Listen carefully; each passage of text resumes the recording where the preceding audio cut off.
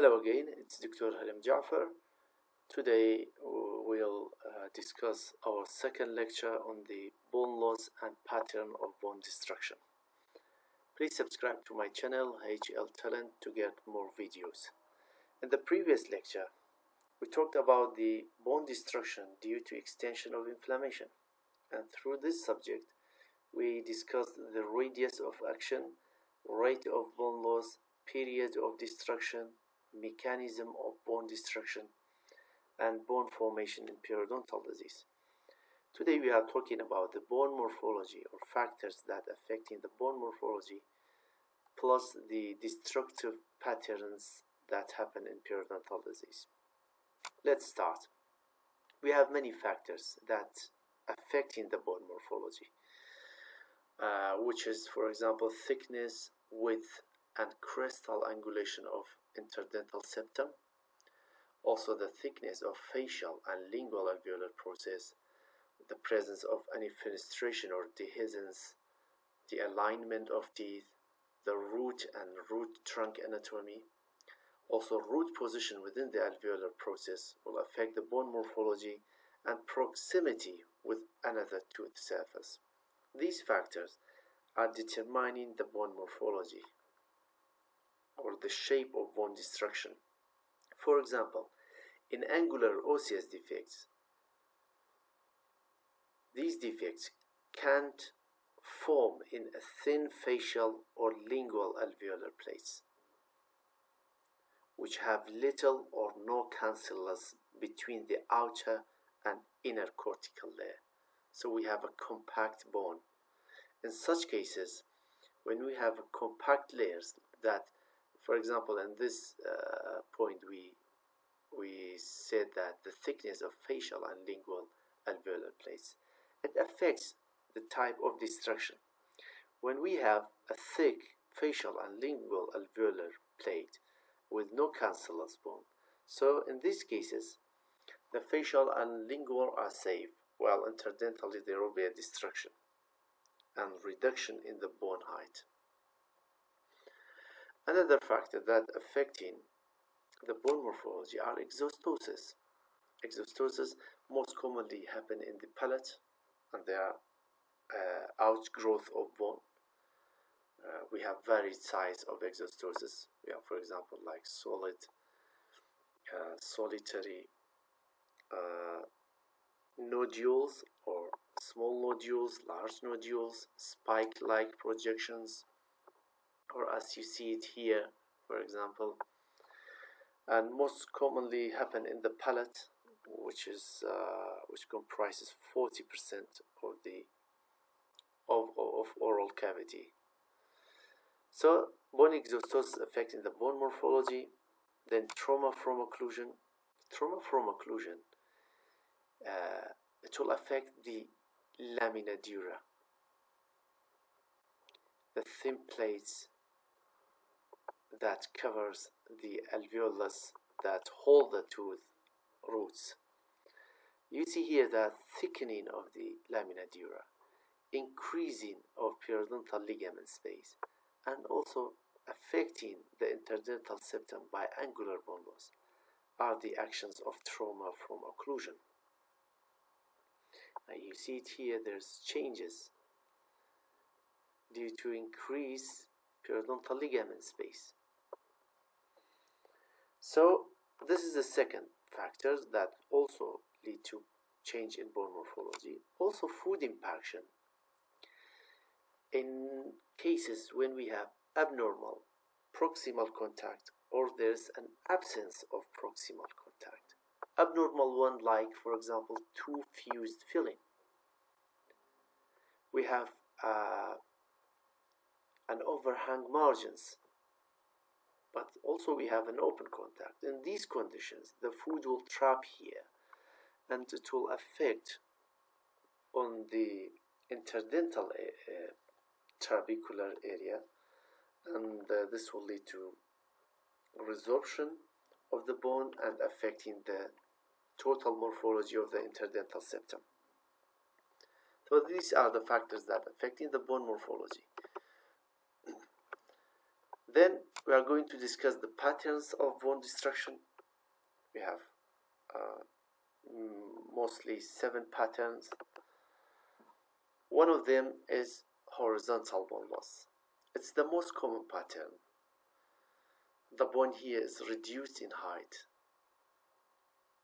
but the bone margin remains roughly perpendicular to the tooth surface, as you see it here.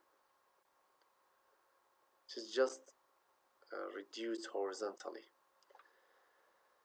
The interdental septa and facial and lingual plates are also affected. So this is a complete loss of, or total loss of bone. That's why we can't regenerate the horizontal bone loss. But we know that it's not equally affected. For example, we said that we have a site specificity in periodontal disease. It may affect here more than here, or lingually more than facially, because the periodontal disease has a specificity of destruction. The another pattern is vertical bone pattern. Vertical or angular defects are those that occur in oblique direction, in opposite to the horizontal one. So we have a vertical defects occurring interdentally. Almost always can be seen radiographically. But those who occur, for example, on facial or lingual plates or on the palatal surface can't be seen radiographically. We should open a flap or surgical flap reflection to see the osseous defects. And vertical or angular defects are increasing with age, and it comprises 60% of persons with interdental angular defects.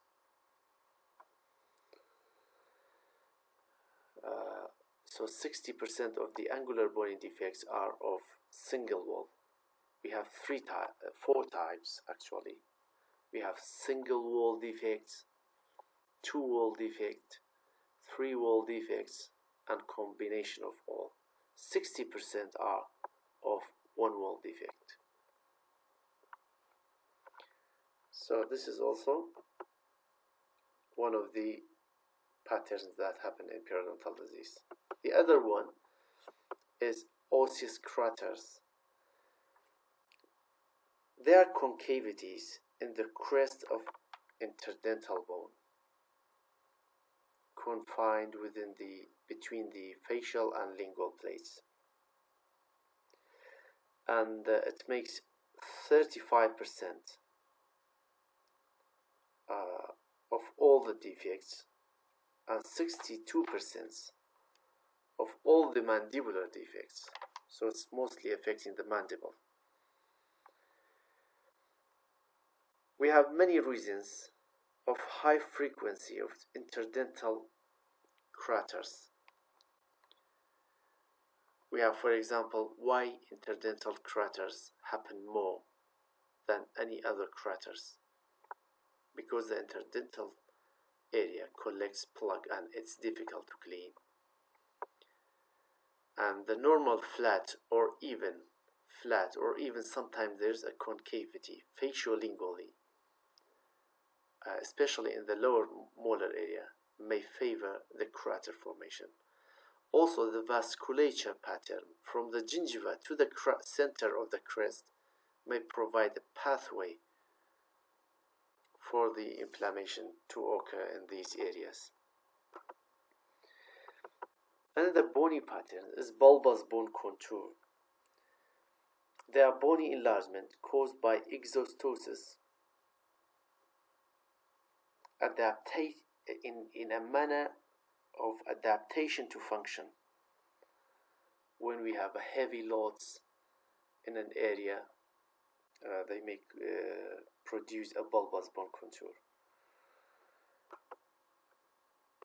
We also have a reversed architecture. They are produced by loss of interdental bone, including the facial plate and lingual plates, without concomitant loss of radicular bone, thereby reversing the normal architecture. It's mostly common in the maxilla. You see it here. The bone loss should happen either equally or throughout the root surface, but here we have a loss of interdental bone, while the bone on the root surface remain intact. So it gives you a reverse architecture. It should be like that. Here pointed, here loss, here pointed, here loss, just like this. This is normal, happening in one time, the bone loss, and this is reverse architecture. This is normal, this is reverse. We have convexity here, concavity here. Convexity in relation to the periodontal interdental septum. But here, no, there's convexity, then concavity. That's why we call it a reverse architecture. We have ledges, for example, when we have a plateau-like bone margins happening due to resorption of the buccal and lingual plates. When we have a thick bone and we have a resorption, this thickness will make or produce a ledges that you can feel it and you can see it when you just reflect the flap. And lastly, the bone destruction, and it's one of the destructive patterns that mostly we see it on daily basis, is the furcation involvement.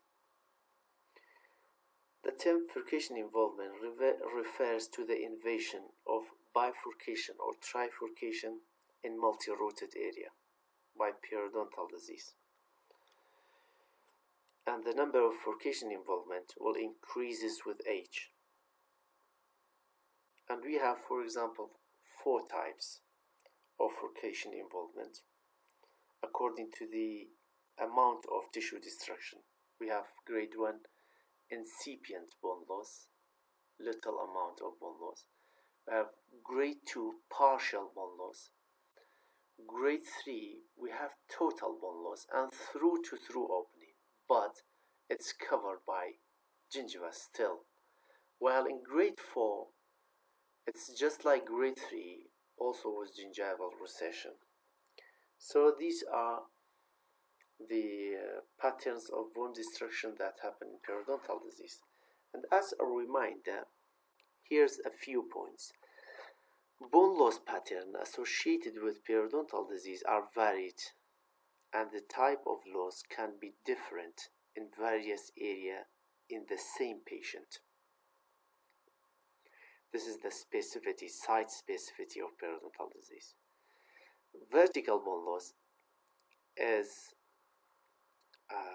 it's good for regenerative periodontal surgery. For example, we are using bone grafts, bioactive molecules, and membranes. So sometimes, according to the defect, we can use more than one materials. While in horizontal bone loss and bone craters, they can't be treated with regeneration.